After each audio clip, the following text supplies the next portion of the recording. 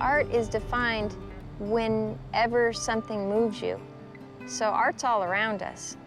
That's why photographers take pictures of still objects. It's moved them in some way to take that picture and thus creating art.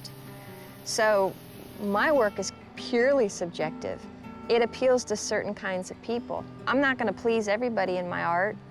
No artist is going to please everybody. But I think because it's an extension of you, if you really put your heart and soul into the piece, whatever it is you're making, and people know that, they're going to value that. And I think that that's what my connection is with people in my trees.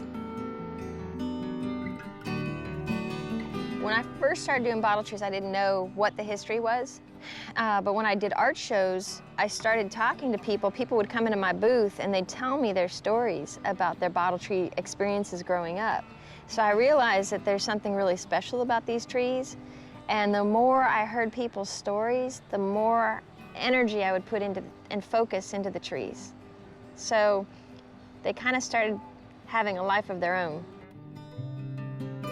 They came here from Africa back in the 1700s, and particularly in the Mississippi Delta, they rooted deep because people still hold on to the tradition of the bottle tree more so than any other place in the South. And experiencing that, that's your connection with your past. The connection I made with folk art is every piece of folk art that you see, that's an extension of that person who created it. So somewhere in that piece is their personality. Out of necessity, I became an artist. And I was an artist growing up. I just didn't know I was an artist. I wouldn't ever label myself that. When I moved to Mississippi, it was just out of necessity. I had my plasma cutter. I had my welder, I had my dog, I had my cat, I had furniture, and then all of a sudden, I'm not kidding, it was the bottle tree that did it. The bottle tree really pushed me into a whole different realm of work.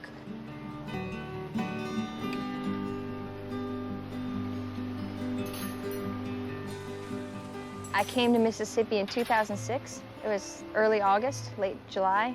I was in an abusive relationship where I had to get away from it because I wasn't able to move on in life. When I got down to Mississippi, because I was so broken in spirit, I think that I gravitated towards the metal for healing purposes. So I started focusing all the sadness and all the emptiness, everything into my work.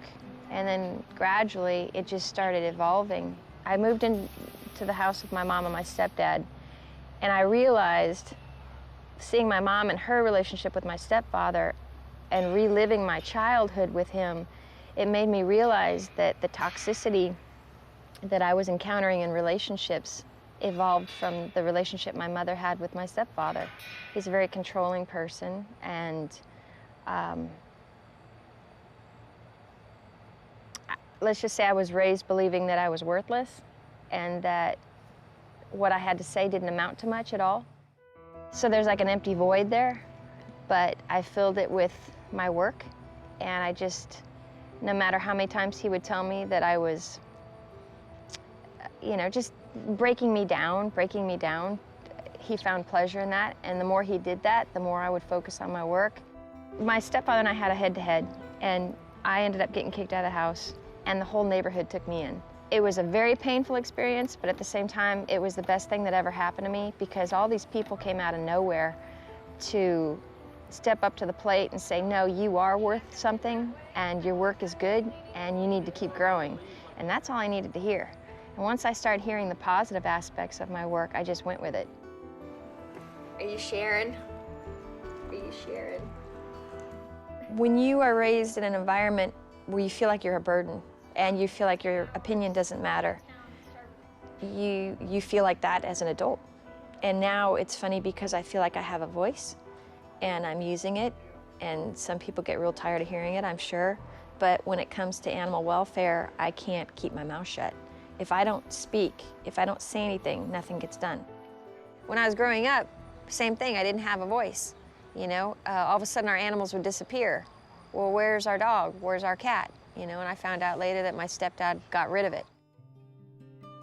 When it comes to animal welfare, I think I'm right up there. They're both equal in my passion. I think the thing that hurts me the most is when I have this information in my head about animals where victims of abuse, and there's nothing I can do about it. There's nothing I can say, there's nothing I can do. Everywhere I go, I seem to have a little bit of an impact on people. And if one person goes out and gets their animal spayed and neutered because I kept hounding them, that makes me feel really good. I get really nice emails from people from time to time saying, you know, I had my dog neutered because of you. And that makes me, that means more to me sometimes than saying, your art is outstanding, you know. That hits more here. This is Blue, and he was found up in Clarksdale, up in a ditch, and they had fought him for who knows how long. He's approximately 5 years old. He is scarred up, chewed up. He was emaciated when I found him. He was on death's door for sure. The vet was surprised that he even made it for the ride home. But he's doing really good, and because of Facebook, I was able to find a foster for him, a foster home. And that, like I said, that's Gracie, that's our baby. And she and Trip tear it up. But, you know, she's my foster. But if for some reason we don't find a home for her, somebody doesn't step up to the plate and take her, then we will keep her. Fostering, I've been doing for a long time. It hurts me when I know that people aren't responsible for their animals. I look at animals as an extension of your family, you know. I do believe that we're supposed to take care of them.